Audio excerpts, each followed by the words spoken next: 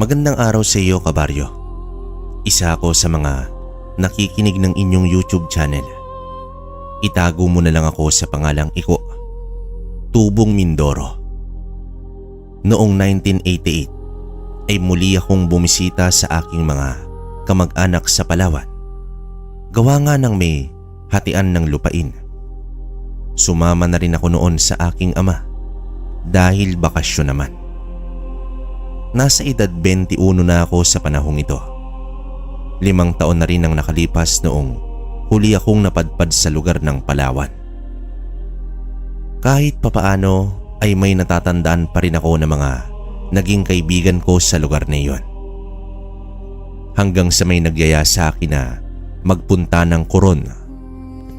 Dahil nga binata, kuryoso tayo sa maraming bagay. Pumayag naman ang aking ama sa mahigit 3 araw na pagbisita sa lugar. Nang matanaw na namin ang isla, mula sa sinasakyan naming bangkang demotor ay biglang lumihis ng usapan ang aking kaibigan. Paring Iko, naniniwala ka ba sa aswang? Pagtatanong dito ni Vincent. Ha? Hindi. Bakit? Alam mo ba na ang Coron ay hitik sa kwentong aswang? Tanong ko rito. Sige nga pre, subukan mo nga ang takutin sa kwentong aswang mo. Muli kong turan sa kanya. Nagtawanan naman kami, kabaryo, sa sinabi ni Vincent na mamayang gabi na raw para mas ramdam ang pangyayari. Hindi ko naman seneryoso yon dahil hindi naman ako naniniwala sa mga bagay na ganyan. Aminado na kahit sa aming lugar sa Mindoro ay may naririnig akong kwentong kababalaghan kahit noon pa. Niyaya nga pala ako ni Vincent dahil nabanggit ko sa kanya na gusto kong makakita ng maraming isla. Tumuloy kami sa bahay ng tiyahin niya. May 3 kwarto sa bahay ng kanyang tiyahin at 1 kwarto lang ang bakante, kaya magkasama kami ni Vincent sa iisang silid. Nang mahiga na kami, naalala niya bigla ang kanyang ikikwento. Tanging ilaw lang sa may sala ang nagbibigay liwanag sa aming kwarto. Kaya kung iisipin mo ang paligid, medyo hindi kaaya-aya ang makinig ng kwento tungkol sa aswang.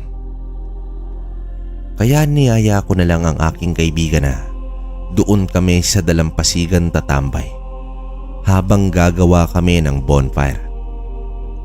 Ang kwentong ito ay nangyari sa Coron, Palawan. Walang eksaktong taon. May isang binata na itago natin sa pangalang Cristobal. Siya lang ang katangi-tanging apo na nagka-interes din sa panggagamot ng kanyang lolo na isang albularyo. Bata pa lang ito ay umaalalay na sa kanyang lolo sa panggagamot. Labis niya itong hinahangaan dahil maraming tao na itong natulungan at napagaling. Sa mga panahong ito ay wala pang ospital sa buong isla, kaya naman umaasa ang mga tao sa mga albularyo. Ayon sa kanyang lolo, nakuha daw niya ang kakayahan ng panggagamot noong may nakuha siyang isang anting-anting sa isang kuweba sa Leyte. Ang anting-anting na iyon ay isang dignum na kahoy. Sa halos araw-araw na panggagamot ng kanyang lolo ay hindi talaga maiiwasan na may pasyenteng may malalang karamdaman. Sa ilang taon na umaalalay si Cristobal ay hindi niya makalimutan ang isang pangyayari kung saan nakikipaglaban ang kanyang lolo sa isang mangkukulam. Ang pasyenteng iyon ay kinarga na ng kangga ng kalabaw dahil nga sa hindi na ito kayang tumayo pa o bumangon man lang. Sobrang payat at napakalaki na ng tiyan ng lalaking pasyente at namumutla at dilat na ang kanyang mga mata. Para bang konting panahon na lamang ay lilisan na ito sa mundo. Inabisuhan ng kanyang lolo ang ibang pasyente na unahin muna ang lalaking biktima ng kulam. Agad namang inutusan si Cristobal ng kanyang lolo na kumuha ng 3 tangkay ng makabuhay at magpausok ng balat ng nyog na may kasamang mga dahon ng makabuhay. Habang ginagawa ni Cristobal ang pagpapausok sa bakuran, alinsunod sa utos ng matanda ay naririnig niya na sumisigaw na ang kanyang lolo habang kinakausap ang kaluluwa ng mangkukulam. Sino ka? Magpakilala ka sa akin. Bakit mo ginagambala ang taong ito? Sigaw na tanong dito ng kanyang lolo. Umaatungal lang naman ang lalaki at nang tuluyan ng umusok ang balat ng nyog ay agad pumanhik sa kwarto itong si Cristobal. Kitang-kita niya ang pagsasalita ng lalaki na may sanib na ng kaluluwa ng mangkukulam. Dito kinilabutan si Cristobal dahil purong itim na ang mga mata ng biktima. Matapang na nakipagtagisan ang mangkukulam. Sa bawat hampas ng albularyo ng makabuhay, sa paa nito ay sumisigaw sa sakit ang lalaki. Nakahawak naman sa magkabilang kamay ang ama at ina nito. Nag-usal ang kanyang lolo at inihip sa mga paa ng lalaki ang kanilang panaysipa at tila ba napako ang mga paa ng lalaki. Umalalay na rin ako sa ina ng biktima dahil napakalakas nito. Sa halos kalahating pagpapahirap ng albularyo sa kaluluwa ng mangkukulam ay bumigay na ito. Tigilan nyo na yan. Napagutusan lamang ako. Wika dito ng mangkukulam. Sino ang nag-utos sa iyo? Tanong naman dito ng lolo ni Cristobal. Si Maribet. Si Maribet ang babaeng binuntis ng lalaking ito at hindi pinanagutan. Wika dito ng mangkukulam.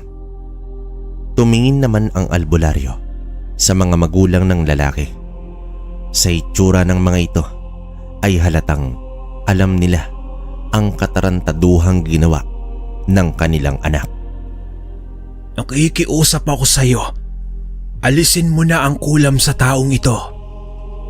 Pakiusap dito ng lolo ni Cristobal.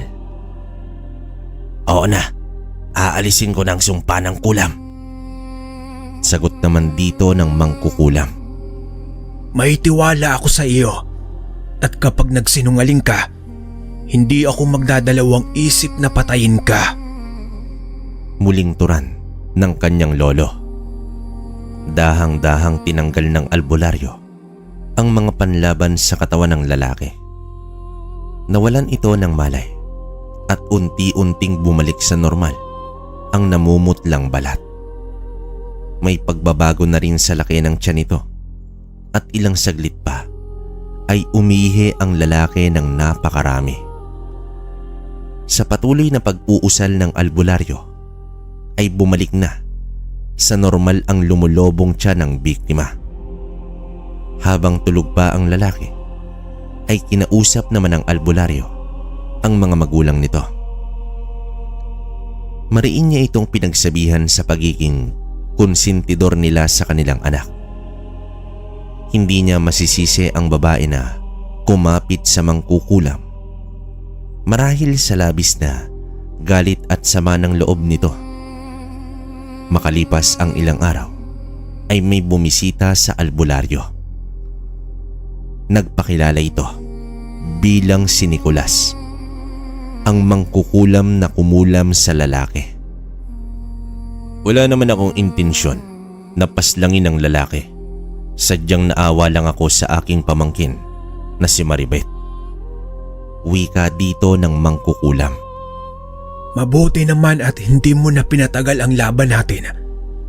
Dahil alam mo na siguro ang mangyayari sa iyo. sambit naman dito ng albularyo. Oo, isa akong mangkukulam at bayaran, ngunit ni minsan ay hindi ako pumatay ng tao. Tanging pagpapahirap lang ang ibinibigay ko rito. Turan dito ng mangkukulam. Sa maayos na usapan ng magkabilang panig ay napagtanto ni Cristobal na hindi pala lahat ng masamang nilalang ay masama na. May natitira pa rin pala itong kabutihan sa kanilang puso. Hindi niya naman lubos maisip na ang kaliwa at kanan ay maaring magkaintindihan. Isa itong aral na natutunan ni Cristobal. Sa paglipas ng panahon, tila ramdam na ng lolo ni Cristobal ang nalalapit niyang huling araw.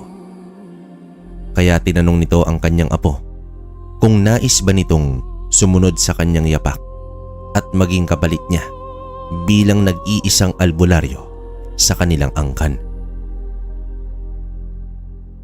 Napangiti pa sa pagtugon ang binatilyo na nais niyang magkaroon ng kaalaman sa lihim na karunungan ng kanan.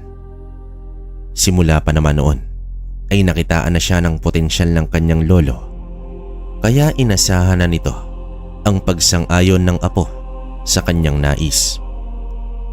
Sa unti-unti ay tinuruan siya ng kanyang lolo hanggang sa huling sandali nito at ipinasa sa kanya ang anting-anting na dignum. Masakit man kay Cristobal, ang paglisan ng kanyang lolo ay wala na itong magagawa. Ganito talaga ang realidad ng mundo. Lahat ay merong hangganan.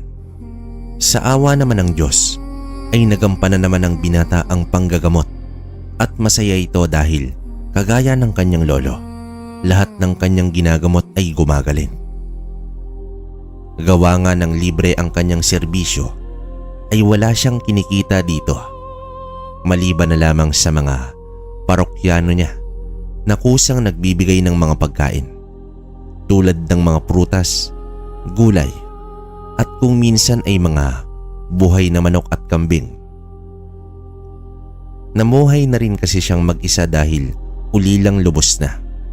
Ang kanyang hanap buhay ay ang pagbibenta ng mga kakanin. Inaangkat niya ito mula sa kanyang isang kaibigan at siyang nilalako sa buong baryo. Naging malaking tulong din sa kanyang paglalako ang pagiging bantog sa lugar dahil madali lamang nauubos ang kanyang paninda. May magandang reputasyon si Cristobal sa kanilang lugar. Kagaya ng isang mandirigma ay darating talaga sa buhay ang susubukin tayo.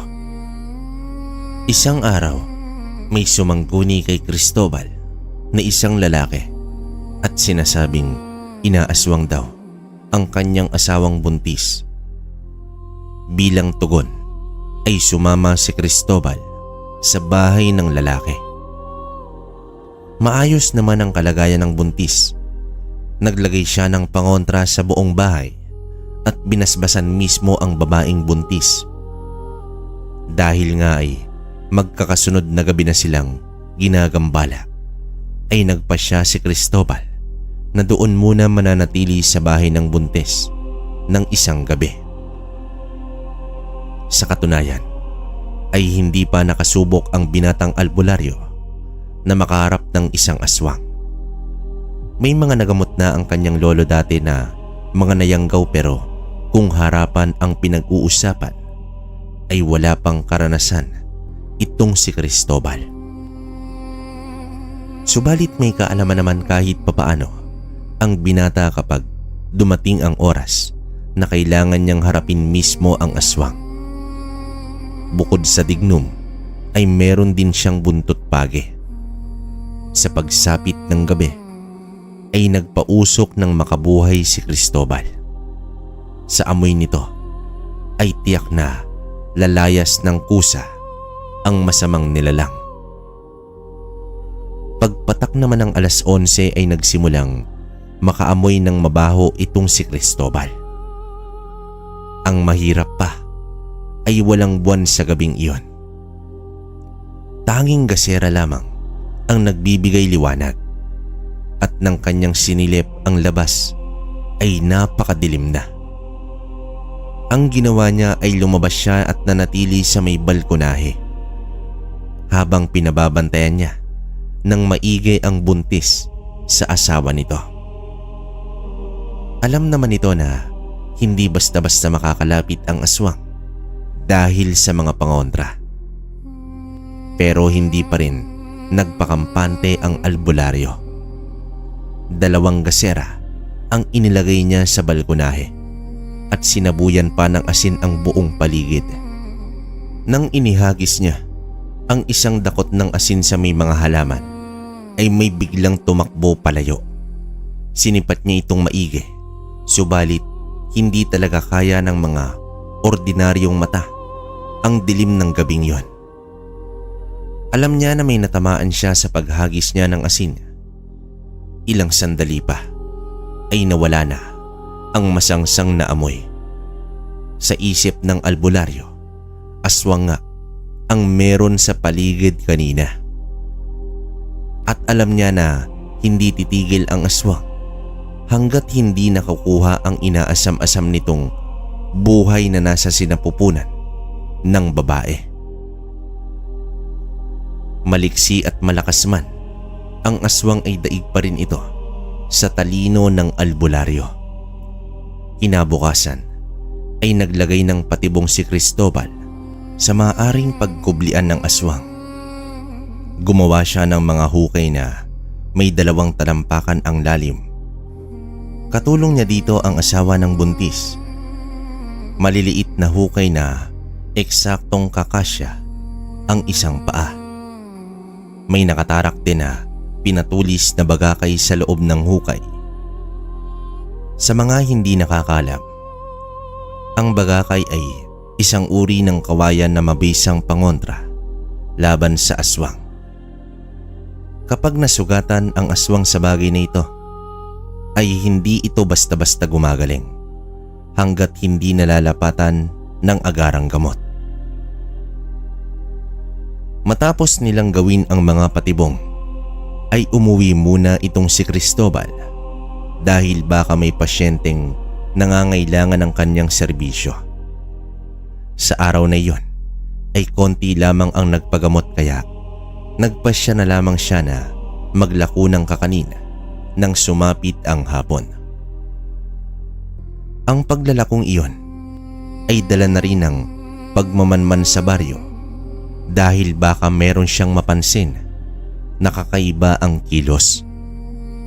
Bago sakupin ng dilim ang paligid ay nasa bahay na ng buntis itong si Cristobal. Gawa nga ng hindi siya nagkaroon ng maayos na tulog sa nakaraang gabi, ay nakatulog ang albularyo habang nasa mahabang upuan sa may sala ng bahay. Nagising siya pati ang lalaki nang may biglang sumisigaw. Sigaw ng isang nilalang na labis na nasaktan. Tiyak ang albularyo na may nadaling aswang sa ginawa nilang patibong. Yan ang nararapat sa katulad mong demonyo. Wika dito ni Cristobal. Dahil sa nangyari, ay napagpasyahan nila na magsalitan sa pagtulog. Natapos ang gabi na wala na silang naramdamang kakaiba sa paligid.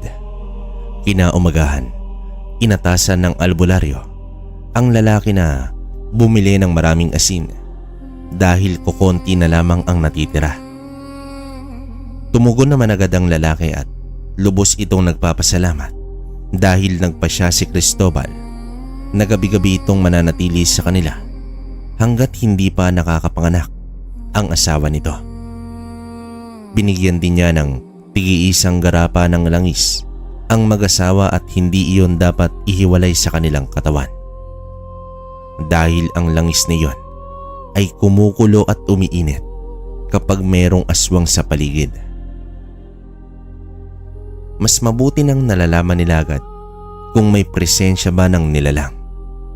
Gumawa na rin ng mga sibat ang lalaki at itinarak ito ng pahalang sa paligid ng bahay. Natuwa naman si Cristobal sa buong loob na protektahan ng lalaki ang kanyang asawa at ang darating na unang anak. Lumipas muna ang 3 gabi bago muling nagparamdam ang aswang. Sa pagkakataong ito ay haharapin na ni Cristobal ang nilalang na iyon. Napakalaki din ng buwan sa gabing iyon. Sa tindi ng liwanag ay maaaninag mo sa malayo kung merong paparating. Inusalan na ni Cristobal ang mga itak na kanilang hawak at mahigpit na ibinilin sa lalaki na wag magpapakita ng takot sa aswang. Dahil ang totoo, hindi mo lubos na isin na makita ang totoong wangis ng isang aswang. Kapag mangmang ka sa lihim na karunungan at unang beses mo palang makasilay ng aswang, ay malaki ang posibilidad na matitigal po ka sa itsura pa lamang nito. Dama ng albularyo ang takot ng lalaki. Tinapik niya ito sa balikat at ipinaalala na gagawin nila ito para sa kaligtasan ng kanyang mag-ina. Sumapit naman ang gabi. Nakaramdam na ng kakaibang presensya itong si Cristobal. Nang sumilip siya sa siwang, ay may isang maitim na baboy ang naglalakad papalapit sa kanilang kinaroroonan. Tinawag niya ang lalaki at pinasilip sa siwang. Pinaghanda niya ito sa posibleng paghaharap nila ng aswang. Tahimik lamang silang nakasilip sa siwang habang papalapit na ang malaking baboy. Pumwesto ang lalaki sa pinto sa may kusina. Bitbit ang sibat na bagakay at itak habang si Cristobal ay nakaabang sa entradang pinto.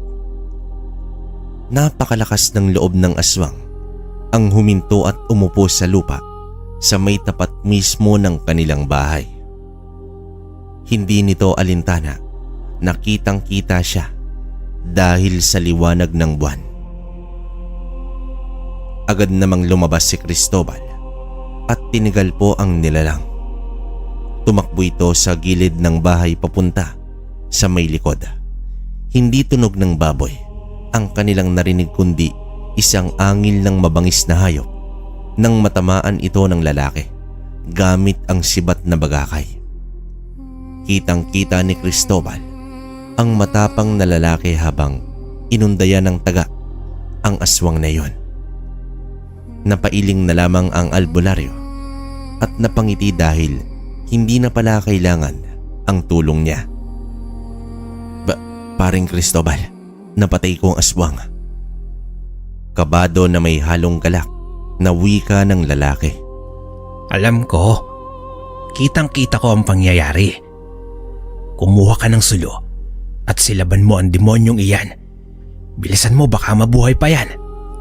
Wika naman dito ni Cristobal. Balik na sa normal ang buhay ni Cristobal nang matagumpay na nanganak ang buntis. Dito ay may panibago na naman siyang kinakaharap. May pasyente itong biktima ng kulam. Noong una, akala niya ay simpleng kulam lang dahil gumaling ito agad. Hindi niya nga niya pinasanib ang kaluluwa ng mangkukulam sa pasyente hanggang sa paulit-ulit na lamang na kinukulam ang nasabing pasyente. 4 na beses na itong pabalik-balik sa kanya. Ang pinagtataka ng biktima ay wala naman siyang nakaaway o nakasagutan man lang. Hinala naman ni Cristobal na pinaglalaroan ng mangkukulam ang pasyente. Sa 5 beses na pagbalik nito ay dito niya na sinubukang pasanibin ang kaluluwa ng mangkukulam sa biktima. Ngunit katulad ng dati ay agad binawi ng mangkukulam ang sumpa. Maya-maya pa ay biglang nagwika itong si Cristobal ng, Alam kong naririnig mo ako, demonyo. Humarap ka at magtutuos tayo. Huwag kang duwag. Pagsapit naman ng gabi ay may hindi inaasahang bisita si Cristobal. Napabangon siyang bigla nang may masamang presensya siyang nararamdaman. Sa pagsilip niya sa may siwang ay may malaking lalaki ang nakatayo sa labas ng kanyang bahay. Huwag ka nang sumilip dyan, bata. Di ba nais mo kong makaharap? Wika dito ni Romano. Sino ka? Pagtatanong ni Cristobal. Ako si Romano, ang mangkukulam na hinamon mo na makipagtuos. Nanlaki naman ang mga mata ni Cristobal dahil hindi niya inasahan na ang mangkukulam na kanyang hinamon ay isa din palang uri ng aswang. Inalam ng albularyo kung bakit paulit-ulit nitong kinukulam ang kanyang pasyente. Tumawa naman dito si Romano at sumagot ito. Napili lang daw niya itong mapaglaruan dahil sa napakadali daw nitong pasukin ang katawan dahil sa kawalan ng pananampalataya. At isa pa, napili niya ang kanilang lugar dahil sa karamihan dito ay nakalimot na yata sa tinatawag nilang Panginoon. Mapapadali ang paghahasik niya ng lagim. Hindi naman makapaniwala ang albularyo sa balak gawin ng nilalang. At sa tingin mo, ay papayagan kita sa mga binabalak mo? Sambit dito ng albularyo. Matapos nitong magwika, inilabas ng albularyo ang kanyang buntot pagi at marahan itong bumaba. Labis ang kanyang pag-iingat dahil mas nakakalamang ang aswang sa kanya dahil nakakakita ito sa dilim. Nanatili lamang siya kung saan naaabot ng liwanag mula sa gasera. Sumugod na si Cristobal, ngunit lumundag patras ang aswang kaya nakaiwas ito sa paghampas ng albularyo. Sumunod nito ay ang paghambalos ng aswang sa kanya ng sanga ng puno dahilan upang bumagsak ito sa lupa. Dito humalakhak si Romano habang tumatakbo papalayo. Sa ginawang pagtakas ng aswang ay tila ba na insulto itong si Cristobal. Pakiramdam niya, pinaglalaroan lamang siya ng nilalang. Sa mga sumunod na araw ay napapansin niya ang pagdami ng mga biktima ng kulam. Alam niyang si Romano ang may kagagawan nito. Noong umpisa ay naaagapan niya ito agad hanggang isang araw.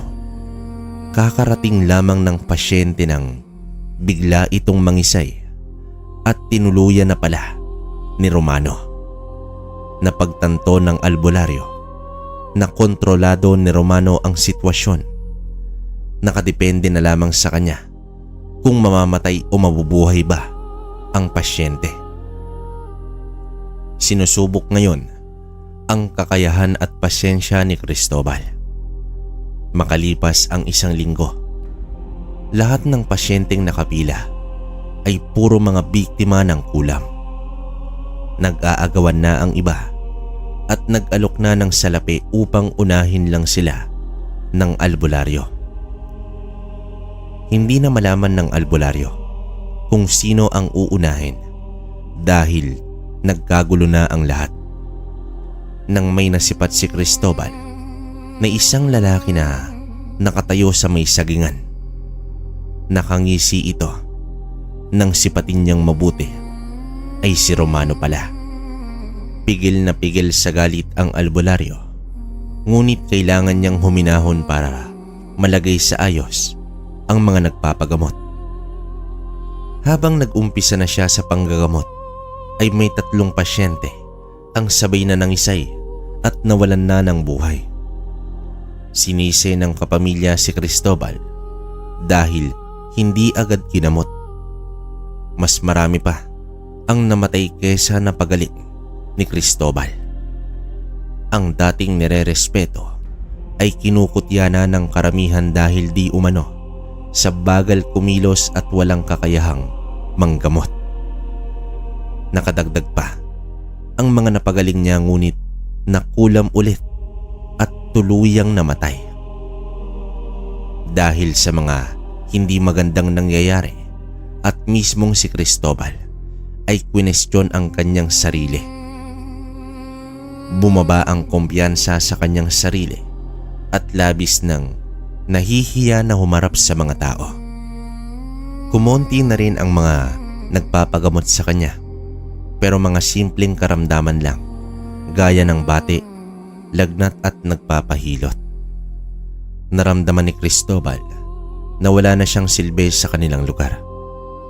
Labis din siyang nahihiya sa alaala ng kanyang lolo. May mga pagkakataon na naririnig niya ang halakhak ni Romano. Napapatakip na lamang siya ng tenga sa sobrang inis. Hanggang sa dumating na rin sa punto na itinapon niya na ang dignum sa may lupa. Anong silbi mo kung hindi kita nagagamit ng tama? Sambit dito ng albularyo. Nakaupo na sa may sahig ang albularyo habang nakatitig sa dignum na nasa lupa. Napahawak siya sa kanyang ulo habang umiiral ang galit sa kanyang sarili. Nagtagumpay si Romano na sirain itong si Cristobal. Sa mga panahong lugmok ang albularyo ay may isang pangitain siyang nakita mula sa isang panaginip. May antingero na nakikipaglaban sa mga aswang. Nakakatakot ang bilang ng mga nilalang na mag-isang nilabanan ng antingero. Namangha si Cristobal sa sandatang hawak nito. Tila ginto ito na kumikinang, at sa bawat hagupit ng sandatang iyon ay agad namamatay ang nilalang. Hindi naman matukoy ng albularyo kung anong uri ng sandata meron ang antingero. Biglang lumiit ang lahat sa paningin ni Cristobal at nakita niya na nasa isang isla pala sila. At sa kabilang bahagi ay natanaw niya ang islang pinanggalingan niya. Lumiyab ang puting liwanag at nagising na itong si Cristobal. Napaisip ang albularyo sa kanyang panaginip. Subalit, hindi na lamang niya iyon pinahalagahan pa dahil marami naman siyang alam na pangontra sa aswang. Isang gabi, muling dumalaw si Romano. Napakalaki din ng buwan sa gabing iyon. Ano na, Cristobal? Ano ang pakiramdam na kinukutya? Pangungutya na wika dito ni Romano. Ano ba talaga ang gusto mong mangyari, demonyo ka? Sagot naman dito ni Cristobal. Gusto kong maramdaman mo kung ano ang nararamdaman ng katulad ko. At ngayon alam mo na. Tanong dito ni Romano. Tapusin na natin ito, Romano. Wika ni Cristobal. Ngumisi naman ang aswang sa hamon ng albularyo. Bumaba ng bahay si Cristobal habang mahigpit na humawak sa buntot pagi. Naglagay na rin siya ng poder sa kanyang katawan. Sa unang pagkakataon ay nasilayan ni Cristobal ang anyong aswang ni Romano. Mas tumangkad ito at nababalutan ng maitim na balahibo ang buong katawan. Humaba ang nguso na may naninilaw na mga mata at 4 na pangil. May mga kuko rin ito na mahaba at nakabuka na rin ang kanyang mga kamay. Nagbitiw ng tigalpo si Cristobal, ngunit sinalaglang ito ni Romano. Kasunod nito ay inundayan niya na ng hampas ang aswang. Natamaan naman si Romano ngunit ngumingisi lamang ito. Batid ng albularyo na tumatalbog lamang ang buntot pagi. Hanggang sa muling paghambalos ni Cristobal ay nahawakan mismo ni Romano ang buntot pagi. Bulat ka ba? Hindi na uubra sa akin ang mga walang kwentang pangontra mo, albularyo. Nakangising wika dito ni Romano. Pilit na hinila ni Cristobal ang pamalo ngunit mahigpit itong hinahawakan ni Romano. At dito, ibinalibag si Cristobal. Maya-maya pa, nang bumagsak na ang albularyo, ay agad nilundagan at dinaganan siya ng aswang. Sa ngayon ay hahayaan muna kitang mabuhay. Gusto kong namnamin mo ang galit ng mga tao sa'yo. Mariing wika dito ni Romano. Muling lumundag palayo ang aswang na patuloy sa pagtawa. Tanging galit na lamang ang naramdaman ni Cristobal. Masyado na siyang minaliit ng nilalang na iyon. Kinabukasan ay nagpunta siya sa kaibigan upang mag-angkat ng kakanin. Hindi tulad ng dati, naging matumal na ang benta ni Cristobal. Pagsapit ng hapon ay nagtungo siya sa palengke upang bumili ng itak. Nang makauwi ay hinasa niya ito ng mabuti hanggang sa tumalas na ito ng gusto. Dinasalan niya rin ang sandata upang maging mabisa sa aswang. Sa pagkakataong ito, tiniyak na ng albularyo na mapupuruhan niya na itong si Romano. Naghanda rin siya ng ilang pirasong sibat na gawa sa bagakay. Sa muling pagtaas ng buwan ay bumisitang muli itong si Romano. Cristobal, kamusta ka na kaibigan ko? Natatawang wika dito ni Romano. Sa inis ni Cristobal ay magkasunod na sibat ang ibinato niya kay Romano. Nagpakawala rin siya ng mga tigalpo, ngunit ang lahat ng mga iyon ay baliwala sa aswang. Humagalpak na sa kakatawa itong si Romano. Patakbong sumugod ang albularyo gamit ang bagong itak. Nang isaksak niya ito kay Romano ay animoy goma na ang katawan nito at hindi tumalab ang talim. Binigwasan ng aswang si Cristobal na agad naman itong tumilapon. Katulad sa mga nakaraang paghaharap nila ay talunan na naman itong si Cristobal. Iniwan na naman siya ni Romano. Sa pagkakataong ito ay nagdasal ng taimtim itong si Cristobal. Napagtanto niya na hindi na tama ang kanyang ginagawa. Masyadong nagpapadala na siya sa mga ginagawa ng aswang. Subalit hindi niya alam kung ano pa bang sandata ang makakatalo kay Romano. Hanggang sa naalala niya ang isang panaginip tungkol sa isang antingero at ang sandata nito. Kinabukasan ay nagtungo si Cristobal sa dalampasigan. Ang katapat nitong isla ay ang nasa kanyang panaginip. Naghanap siya ng bangka na pwedeng arkilahin. Ano bang gagawin mo sa islang yan, Cristobal? Pagtatanong dito ni Berto. Kukuha lamang ako ng mga halamang gamot. Saad naman dito ni Cristobal. Abay, mag-iingat ka. Balita ko pinamumugaran daw yan ng mga masasamang elemento. Kaya nga walang naninirahan sa islang yan. Turan na pahabol dito ni Berto. Hindi naman natinag si Cristobal sa mga sinabi ni Berto, ang may-ari ng bangka. Matapos niyang maihanda ang mga gamit ay lumusong na sa dagat si Cristobal. Hindi naman maiwasan ni Berto ang mag-alala, ngunit wala na rin itong magagawa sa nais ng kanyang kaibigan. Wala man siyang kasiguraduhan ay nagbakasakali ang albularyo na makita ang antingero o ang sandata man lang nito. Inabot na siya ng gabi hanggang sa natanaw niya na ang dalampasigan. Mabato ito at sa kanyang pagbaba ay itinali agad ang bangka sa malaking bato. Dala nito ang buntot pagi at itak. Sa kanyang pagbaba ay nakaramdam agad siya ng negatibong enerhiya. Bitbit ang gasera ay marahan siyang naglakad sa dalampasigan. Napakaraming puno at halaman sa lugar na iyon. Una niyang pakay ay maghanap ng lugar na maaari niyang mapalipasan ng gabi. Habang naglalakad ang binata, ay may narinig siyang tunog ng isang babaeng umiiyak.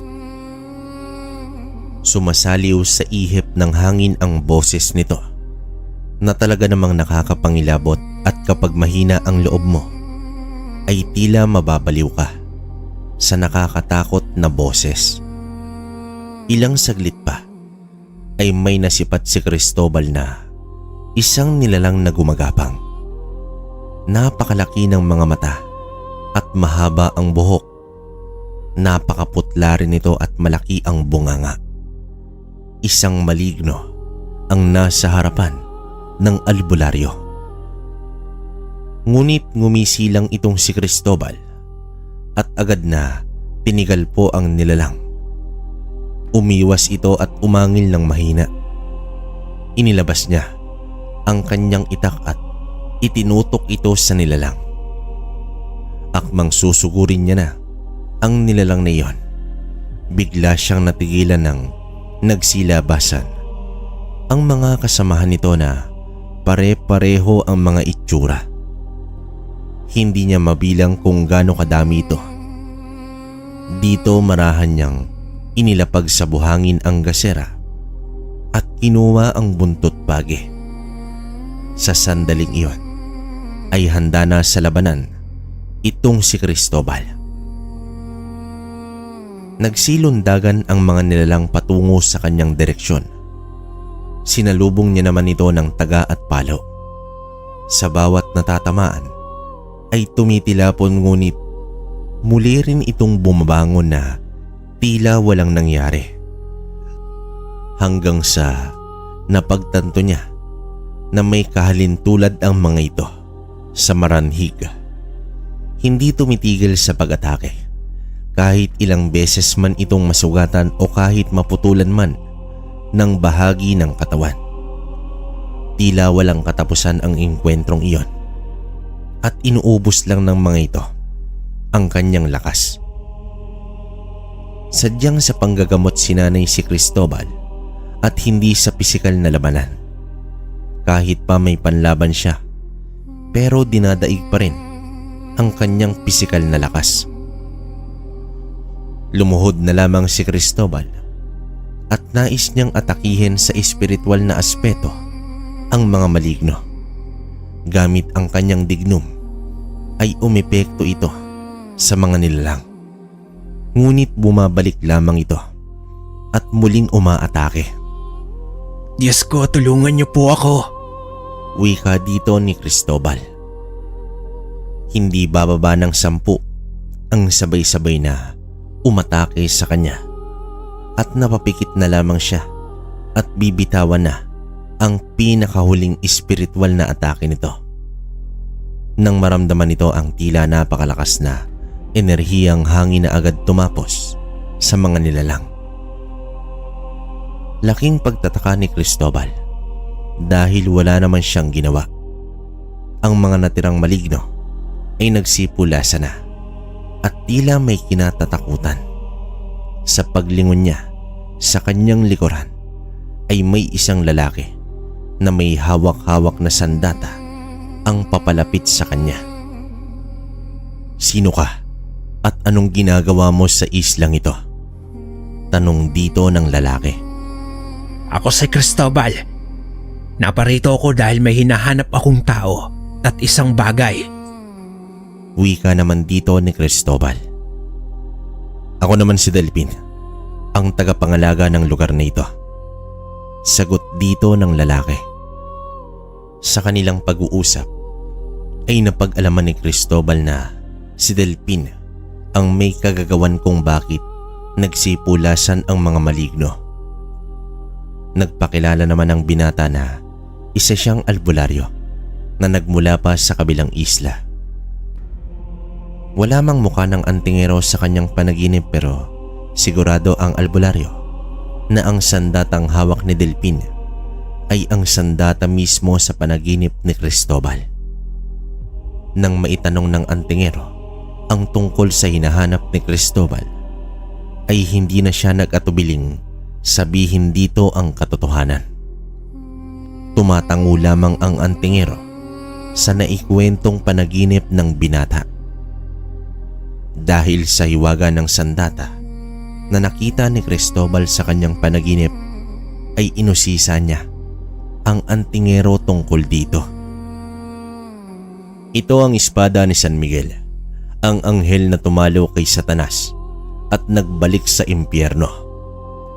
Wika dito ni Delfin. Papaanong napasa kamay mo ang espada ng anghel? Gulat na sambit ni Cristobal.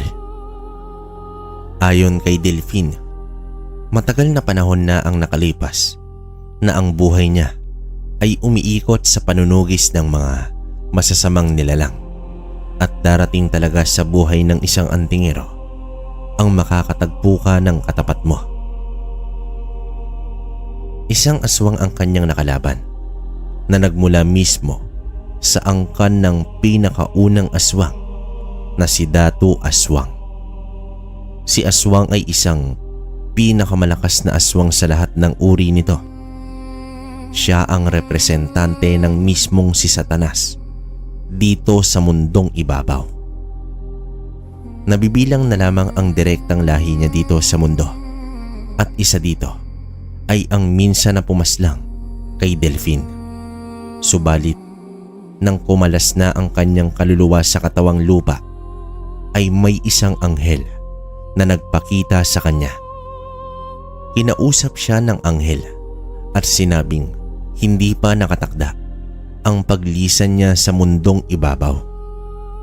May mahalagang misyon pa siyang gagampanan at upang magawa ang misyon na yon ay dapat matalo niya ang aswang na siyang pumaslang sa kanya. Dito, ibinigay ni San Miguel ang replika ng kanyang espada sa antingero at sa paghawak niya mismo dito ay muling dumilat ang kanyang mga mata at natagpuan ang kanyang sarili na nakahiga sa isang nagliliyab na lugar. Ang lugar niyon ay pinangyarihan ng digmaan at sa kanyang kanang kamay ay hawak niya na ang isang espada na kumikinang. Sa kanyang pagbangon ay nasipat niya ang mga aswang na sinusugod na ang mga tao at pinagpapaslang sa pamumuno ni Agawon, ang aswang na tumalo sa kanya. Nakangisi habang nakasakay sa kanyang kabayo na nag-aapoy ang ulo. Ganoon na lamang ang paggagulat ni Agawon dahil may lumapag na ulo ng aswang sa kanyang paanan. Sa kanyang pagsipat sa paligid ay isa-isang nagtalsikan ang mga kampo nito. Mula sa nagliliyab na apoy ay lumabas itong si Delfin na may hawak ng espada. Sa galit ni Agawon ay sinugod niya ang antingero at sa pagbanggaan ng kanilang mga sandata ay walang kahirap-hirap na naputol ni Delfin ang espada ng aswang. Kasunod nito ay ang pag-atake ng hindi mabilang na aswang sa antingero. Ngunit kahit sa konting sugat lang, gawa ng espada ni San Miguel, ay agad nagiging abo ang mga aswang. Hinugot na ni Agawon ang isang kadena na may bolang apoy sa dulo mula sa kanyang tagiliran. Nang magapi na ang kanyang mga kampon, ay hindi na ito nag-atubiling sugurin ang antingero at sa pangalawang pagkakataon ay papatayin niya ito. Tumatakbong sumugod si Agawon habang pinapaikot ang kadenang apoy. Habang sumugod rin si Delfin at may gitna kinuyom ang espada. Sa paghampas ni Agawon ng kanyang sandata ay sinalubong ito ng espada ni Delfin at agad naputol. Kumalas ang bolang apoy at nalaglag ito sa lupa. Matapos nito ay mabilis na tinaga ni Delfin sa likuran itong si Agawon. Tumalab ang espada at napaluhod ang aswang. Sa ganoong postura ng aswang ay humarap sa kanya si Delfin at buong lakas na hinati ang katawan nito sa gitnang ulo pababa. Nagliyab ang katawan ni Agawon. Kasunod nito ay ang pagliyab din ng mga bangkay ng aswang sa paligid. Ano naman ang sinasabi mong misyon mo sa mundo? pagtatanong dito ni Cristobal. Ang maging tagapangalaga sa islang ito. Ang islang ito ay nagsilbing kulungan ng kaluluwa ng mga nilalang ng dilim. Kaya hindi ako dapat umalis sa lugar nito. Alinsunod sa utos ni San Miguel. Mahabang wika dito ni Delfin.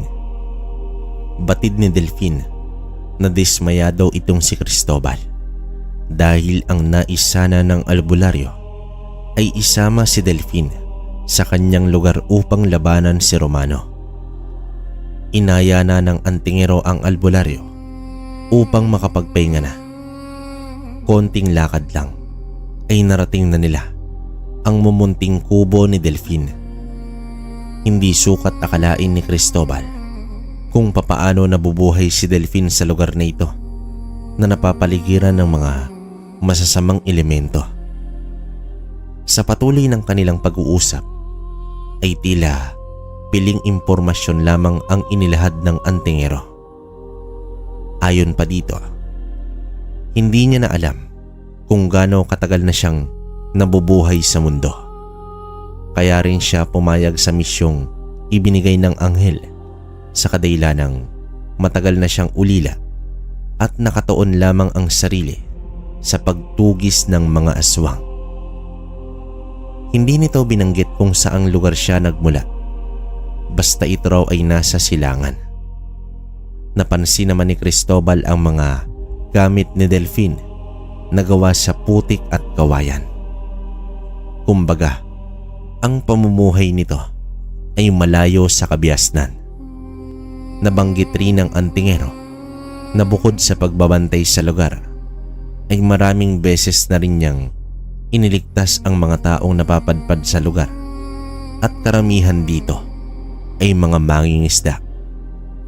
At kung minsan ay siya na mismo ang nagbibigay takot sa mga paparating na tao. Sinadya niyang maging katatakutan ang lugar upang hindi na ito puntahan pa ng mga tao. Sa simula pa lang ay natanaw niya na nagsasagwan itong si Cristobal. Ngunit dahil sa kanyang presensya at may tangan ito ng kanan ay hinayaan niya itong makalapit at pinanood ang laban nito sa mga maligno. Kinabukasan ay dinala niya si Cristobal sa puso ng isla at doon nakita ng albularyo ang isang napakalaking hukay kung saan may mga maitim na usok na nagsisigalawan ngunit hindi iyon lumalabas ng hukay. Ayon kay Delfin, mga kaluluwa daw iyon ng mga nilalang ng dilim. Delfin, bakit may mga maligno pa sa isla? Bakit hindi mo sila inubos? Tanong dito ni Cristobal. Sa bawat masamang gawain ng tao sa mundo, katumbas nito ay isang nilalang na ipinapanganak ng islang ito. Kaya hindi ako makaalis sa lugar dahil sa araw-araw na ginawa ng Diyos ay higit pa sa 100 ang kasamaang gawain ng mga tao sa mundo. Pagpapaliwanag dito ni Delfin. Hindi ba parang sumpa ito sa iyo na makulong dito habang buhay? Muling tanong dito ni Cristobal. Alam mo Cristobal, anong oras man kung nanaisin ay makakaalis ako sa lugar nito. Ngunit inalay ko na ang buhay sa pagsisilbi sa may likha at bukal sa aking kalooban na manatili at pigilan na makalabas ang mga nilalang sa lugar na ito. Pagpapaliwanag dito ni Delfin. Pagsapit ng gabi, matapos nilang lantakan ang inihaw na isda, ay inaya ni Delfin ang albularyo na maglakad-lakad muna. Ngunit iba ang pakiramdam ni Cristobal dahil pinaiwan ng antingero ang kanyang mga sandata.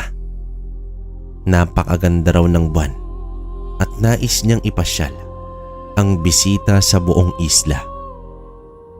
Nang mapadako sila sa isang kapatagan, hinugot ni Delfin ang espada at inabot ito kay Cristobal. Napatanong ang albularyo kung ano ang gagawin niya sa espada. Itinuro ni Delfin ang nasa kanilang unahan. Nang sipatin ito ni Cristobal, ay unti-unting nabuo ang iilang imahe ng mga nilalang na papalapit sa kanila. Tamang-tama, Cristobal. Mga aswang ang makakalaban mo ngayon. Wika dito ni Delfin. Pero ako lang ba ang lalaban? Nauutal na tanong dito ni Cristobal. Oo, at alam ko, nakakayanin mo sila.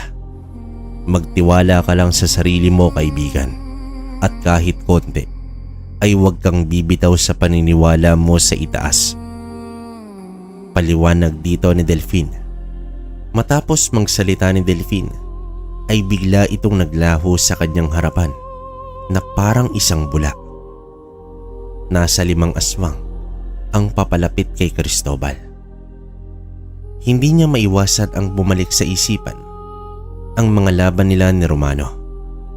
Mahigpit ang pagkakahawak niya sa espada ng anghel.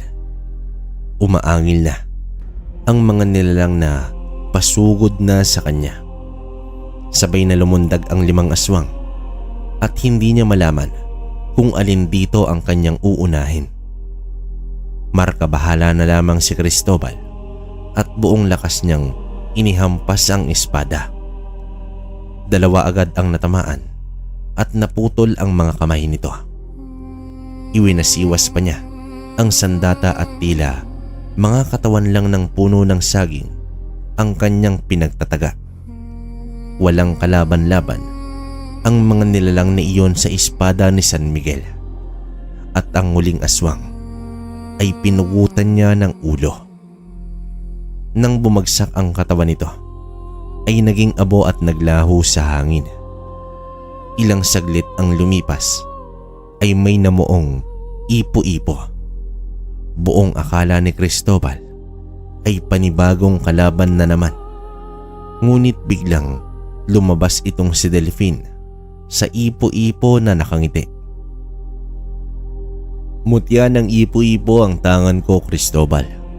Ito ang ginagamit ko habang nanunugis ng mga aswang. Isa ito sa pinakamalakas na uri ng mutya. Wika dito ni Delfin. Tangan ko naman ang dignum na kahoy at nagmula pa ito sa aking lolo. Sagot dito ni Cristobal. Malakas sa kumbate ang tangan mo, Cristobal. Marahil hindi mo alam na kaya hindi napapatay si Romano ay dahil sa napakalakas nitong depensa. Pagpapaliwanag dito ni Delfin. Napagtanto nga ni Cristobal na kahit kailan hindi siya napuruhan ni Romano. Makailang beses na rin na may pagkakataon ang aswang na iyon. Napaslangin siya pero hindi nito nagawa. Ibinalik na ng albularyo ang espada kay Delfin at naglakad na sila pabalik sa kubo nito. Pagsapit ng umaga ay pinababalik na ni Delfin itong si Cristobal. Bago pa maubos ang mga tao sa pinanggalingan mo, Cristobal, bumalik ka na at sugpuin mo na ang kahibangan ng aswang na si Romano. Wika dito ni Delfin. Pero paano na lang kung mabigo uli ako? Sagot naman dito ni Cristobal. Iniabot ni Delfin ang espada. Hindi maaaring umalis si Delfin sa isla, kaya ang espada na lamang ang pinadala niya kay Cristobal. Nagulat naman ang albularyo dahil ipinagkatiwala ng antingero ang espada nito. Buo din ang loob ni Delfin na magagapi na ni Cristobal ang paghahasik ng lagim ni Romano.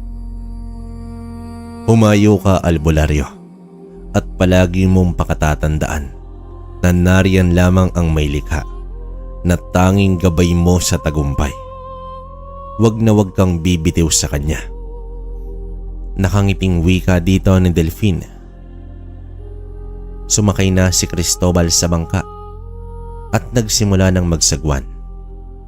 Ngunit inabisuhan siya ni Delfin na iligpit ang sagwan at kumapit ng maigpit sa bangka. Ikinumpas ng antingero ang kaliwang kamay at nag-umpisang tumakbo ang bangka ng pabilis. Tila may hangin na nagtutulak sa bangka upang makausad ito ng mabilis. Napangiti na lamang si Cristobal at sumigaw ng pasasalamat dahil nasa malayo na agad ito. Makalipas ang ilang minuto ay natanaw niya na ang dalampasigan at tumigil na rin ang hangin sa pagtutulak ng bangkang sinasakyan niya. Marahang nagsagwan pa ang albularyo hanggang sa makarating sa pangpang. Habang papunta na siya sa bahay ni Berto, ay mabilis itong lumabas at patakbong sinalubong si Cristobal. Paring Cristobal, mabuti at narito ka na. Balisang tanong dito ni Berto. Bakit, Berto? May nangyari ba dito habang wala ako? Nag-aalala na wika naman ni Cristobal. Ayon sa mangingisdang si Berto, sunod-sunod na ang pagpanaw ng mga tao sa kanilang lugar dahil umano sa kulam. Araw-araw na lamang ang may namamatay. Binalot na ng sumpa ang buong baryo. Hindi naman mapigilan ni Cristobal na manggigil sa galit. Nagpaalam na rin ito sa kaibigan at nagsimulang maglakad pauwi. Habang sa daan ay halos kada bahay ay may nakaburol at puno ng paghihinagpis ang mga tao. Karamihan din sa mga ito ay masama ang tingin sa kanya. Sa pagdating niya sa bahay ay dinasalan ni Cristobal ang kanyang dignum dahil sa pagsapit ng gabi ay siya na mismo ang maghahanap kay Romano. Inakyat na ni Cristobal ang burol, kabilugan ng buwan. Ito ang pinakamalakas na antas ng mga aswang. Sa gitna ng gabi ay buong lakas na tinawag ni Cristobal itong si Romano. Romano, magpakita ka. Tatapusin na natin ang laban. Lumabas ka, demonyo! Sigaw na wika dito ni Cristobal. Mariing inilibot niya ang paningin sa buong lugar. Patuloy pa rin siya sa pagtawag sa aswang na may lahing mangkukulam. Panay paghahamon ang ginawa niya dito hanggang sa isang malakas na sipa ang kanyang natamo mula sa likuran dahilan upang mahulog at nagpagulong-gulong ang albularyo sa burol. Mabuti at nagpakita ka rin sa wakas, kaibigan kong albularyo. Nakangising wika dito ni Romano. Pilit naman na bumangon si Cristobal at nakaramdam ito ng konting pagkahilo. Muli niyang hinamon ang aswang na agad naman itong tumugon sa pamamagitan ng paglundag. Nang magkaharap na sila ay itinuro ng aswang ang nakasukbit na espada sa tagiliran ni Cristobal. Inutya niya ang sandata at nagwika pa na walang kadala-dala ang albularyo at kung ano-ano na lang ang gagamiting patalim na wala namang silbi. Hindi na umimik itong si Cristobal, bagkus patakbo itong sumugod sa kalaban. Ibinuka naman ng aswang ang kanyang mga kamay at uundayan niya na ng kalmot itong si Cristobal. Ngunit sinalubong niya ito ng suntok. Lumapat lamang ang mga kuko ni Romano sa kamao ni Cristobal at hindi man lang ito nasugatan. Agad namang hinawakan ng albularyo ang kamay ng aswang, sabay hila at sinalubong ito ng siko at tumama sa mismong liig nito. Tila nabilaukan ang nilalang sa ginawa ni Cristobal. Aba, marunong ka na palang lumaban ngayon, bata. Wika dito ni Romano. Hindi mo na ako masisindak, Romano. Bakit di mo subukang puruhan ako? Nakangisi na tugon dito ni Cristobal. Nanlaki ang mga mata ng aswang sa kanyang pagkairita. Nanggigil ito at mabilis na naglaho. Bigla itong lumitaw malapit kay Cristobal at agad na inundayan ng saksak ang binatang albularyo gamit ang matatalas na kuko ng aswang. Subalit ngumisi lamang si Cristobal dahil tanging damit lang nito ang nabutas. Biglang lumundag pa atras itong si Romano at halatang kabado na. Bakit sa ilang beses nating laban ay hindi mo ako magawang paslangin? Ngayon alam ko na kung bakit. Pagtatanong dito ni Cristobal. Umangil ng malakas itong si Romano at nagsambit ng mga engkantasyon pangkulam. Ngunit marahang naglakad lamang si Cristobal na tila walang epekto sa kanya ang kulam ni Romano. Mas nilakasan pa ng aswang ang engkantasyon, subalit nagpakawala ng tigalpo itong si Cristobal na naging dahilan upang tumilapon si Romano. Tumakbo si Cristobal habang binunot na ang espada sa kanyang tagiliran. Tumayo naman si Romano at akmang tatakas, subalit napasubsob ito sa lupa dahil nahagip ni Cristobal ang isang paa nito at naputol gamit ang espada ni San Miguel. Sumisigaw nang bumagsak na sa lupa si Romano.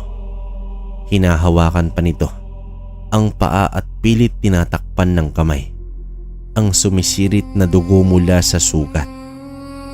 Mukhang hindi mo napaghandaan ng sandatang ito, Romano. Tugon dito ni Cristobal. Anong klaseng espada ang hawak mo, bata? Natatakot na wika ni Romano.